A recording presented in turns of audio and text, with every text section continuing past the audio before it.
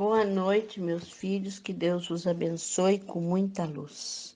Estamos reunidos hoje para fazer a lição de Allan Kardec, a Gênesis, capítulo 15, Desaparecimento do corpo de Jesus, itens 64 ao 67. Então, vamos lá.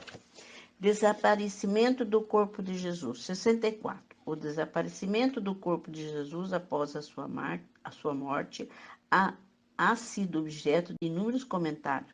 Atestam nos quatro evangelistas, baseado nas narrativas das mulheres que foram ao sepulcro no terceiro dia, depois da crucificação. E lá não encontraram. Viram alguns nesse desaparecimento um fato milagroso, atribuindo outros uma subtração clandestina. Segundo outra opinião, Jesus não teria tido um corpo carnal, mas apenas um corpo fluídico. Não teria sido em toda a sua vida mais que uma aparição tangível, numa palavra, uma espécie de agênere. Seu nascimento e sua morte e todos os atos materiais de sua vida teriam sido apenas aparentes. Assim foi o que diz seu corpo, voltando ao estado fluídico, pôde desaparecer do sepulcro, e com esse mesmo corpo é que ele teria mostrado depois da sua morte. É fora de dúvida que semelhante fato não pode se considerar radicalmente impossível dentro do que hoje se sabe acerca das propriedades dos fluidos, mas seria pelo menos inteiramente excepcional, formal, oposição ao caráter de agêneres. Capítulo 14 e 36, trata-se, pois, de saber a tal hipótese é admissível se os fatos confirmam ou contradizem. 65. A estada de Jesus na Terra apresenta dois períodos, o que a precedeu o que o que se seguiu à sua morte. No primeiro, desde o momento da concepção até o nascimento, tudo se passa pelo que respeita a sua mãe, como nas condições ordinárias da vida. Desde o seu nascimento até a sua morte, todos os seus atos, na sua linguagem e nas diversas circunstâncias da vida, revela os caracteres inequívocos da corporeidade. São acidentais os fenômenos de ordem psíquica que nele se produzem e nada tem de anômalo, pois o que explicam pela propriedade do perispírito se dá um grau diferente em outros indivíduos. Depois de sua morte, ao contrário, tudo nele revela o ser fluídico. É tão marcada a diferença entre os dois estados que não pode ser assimilado. O corpo carnal tem propriedades inerentes à matéria propriamente dita, propriedades que diferem essencialmente das dos fluidos etéreos. Naquela desorganização se opera pela ruptura da coesão molecular. Ao penetrar no corpo material, um instrumento cortante lhe divide os tecidos e os órgãos essenciais e a vida são atacados. Acessa-lhe o funcionamento e sobrevém a morte. Isso é do corpo, não existindo nos corpos fluídicos nessa coesão. A vida aí já não repousa nos órgãos, no jogo dos órgãos especiais, e não se pode produzir desordens análogas àquelas um instrumento cortante ou outro qualquer penetra num corpo fluídico, como se penetrasse numa massa de vapor sem lhe causar qualquer lesão. Tal razão porque não pode morrer os corpos dessa espécie, porque seres fluídicos designados pelo nome de agêneres não podem ser mortos. Após o suplício de Jesus, seu corpo conservou inerte sem vida, foi sepultado como são de ordinário os corpos, todos puderam ver e tocar. Após a sua ressurreição, quando quis deixar a terra, não morreu de novo, seu corpo se elevou, desvaneceu e desapareceu sem deixar qualquer vestígio, prova evidente que aquele corpo era de natureza diversa do que pareceu na cruz, donde forçoso cumprir que se foi possível que Jesus morresse e que carnal era seu corpo. Por virtude de suas propriedades materiais, o corpo carnal é a sede de sensações de dores físicas que repercute no centro sensitivo ao espírito. Quem sofre não é o corpo, é o espírito recebendo o contragolpe das lesões ou alterações dos tecidos orgânicos. Num corpo sem espírito, absolutamente nula essa sensação.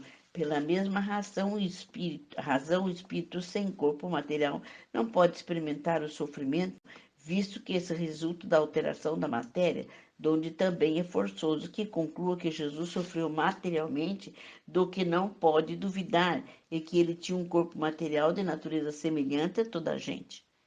66. Os fatos materiais juntam fortíssimas considerações morais. Se as condições de Jesus durante sua vida fossem de seres fluídicos, ele não teria experimentado nem a dor nem a necessidade do corpo. Supor que assim haja sido tirar o mérito da vida, privações de sofrimento, que acolhera como exemplo de resignação. Se tudo nele fosse aparente, todos os atos da sua vida reiteradamente predição da sua morte.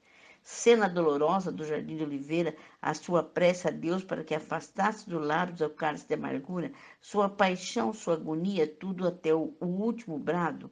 No momento de entregar o espírito, não teria passado por tão simulacro para enganar com relação à sua natureza e fazer crer num sacrifício ilusório de sua vida, numa comédia indigna de um homem simplesmente honesto e indigna, portanto, o que é mais forte razão de um ser tão superior. Numa palavra, ele teria abusado de boa-fé dos seus contemporâneos e da posteridade. Tais as consequências lógicas desse sistema, consequências inadmissíveis, porque rebaixariam moralmente uma vez de o elevarem. Jesus, pois, teve como todo homem um corpo carnal e um corpo fluídico, que é atestado pelos fenômenos materiais e pelos fenômenos psíquicos, que lhe assinalaram a existência. Não é nova essa ideia sobre a natureza do corpo de Jesus no quarto século. Apolinário de Laodiceia, chefe da seita de apolinarista, pretendia que Jesus não tomasse um corpo como o nosso, mas um corpo impassível que descera do céu no seio de Santa Virgem, que nascera dela, e que assim Jesus não nascera e não sofrera, não morrera, senão em aparência. Os apolinaristas foram anatesados no concílio da Alexandria em 360, no de Roma em 374, no da Constantinopla em 381. Tinham a mesma crença os docetas do grego Dokion, aparecer seita numerosa dos gnósticos que substitui durante os 3 primeiros séculos.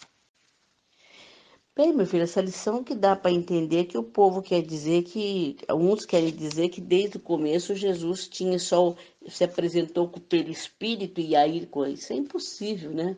Ele foi homem como qualquer um, certo? Sentiu dores, sentiu tudo, né? Passou por todo aquele sofrimento, porque ele tinha que viver a nossa vida, ver como é que era para nos dar como diz, o perdão das nossas falhas, para nós termos a,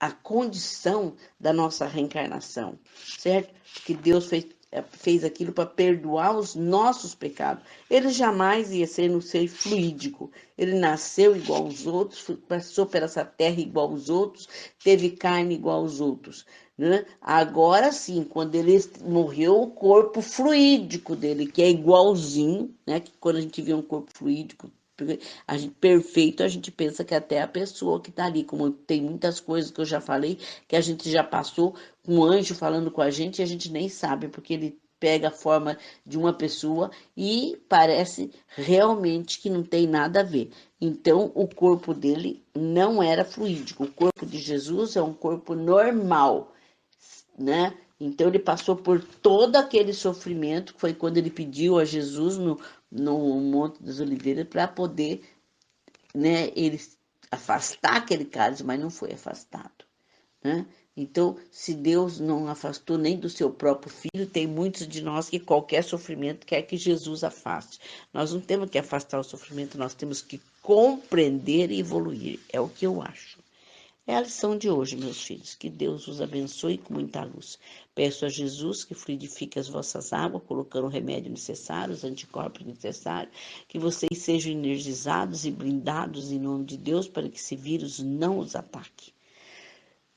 a vocês e aos seus familiares. Também vos peço nesse momento a Jesus para fazer a visita em todos os hospitais, para que haja cura em teu nome, Senhor, que sejam todos curados, mas de acordo com o vosso querer, Senhor.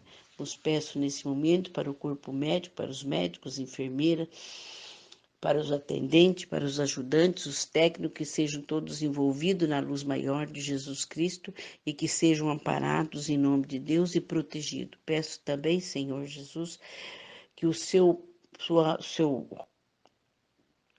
semblante, a sua face esteja em todos os rostos, em todas essas pessoas que estão trabalhando em nome de Deus, para que quando os nossos irmãozinhos partirem, sintam a tua presença. Também vos peço, Senhor, por os irmãozinhos que já partiram, que sejam levados para as escolas espirituais, para os hospitais e que sejam prontamente atendidos.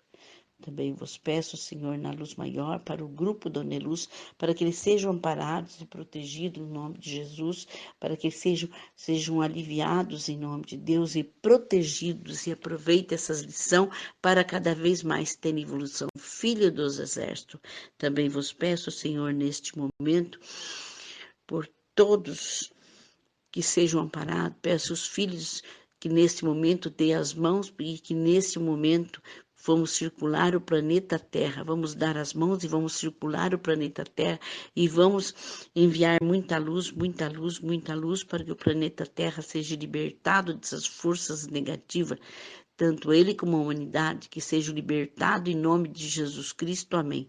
Pai nosso que estais no céu, santificado seja o vosso nome, venha a nós o vosso reino, seja feita a vossa vontade, assim na terra como no céu. O pão nosso de cada dia nos dai hoje, perdoai as nossas ofensas, assim como nós perdoamos a quem nos tem ofendido, e não nos deixeis cair em tentação, mas livrai de todo mal, pelo vosso poder e a vossa glória, hoje e sempre. Amém. Graças a Deus. Aqui vai meu abraço a todos os meus filhos. Que Deus os abençoe, que vocês se cuidem, que se protejam, em nome de Deus, com muita evolução. Aqui vai meu abraço de saudade, mas também aqui vou mandando meu beijo nos vossos corações. Que Deus os abençoe, que Deus os ilumine. Um beijo desta mãe que os ama muito. Boa noite a todos.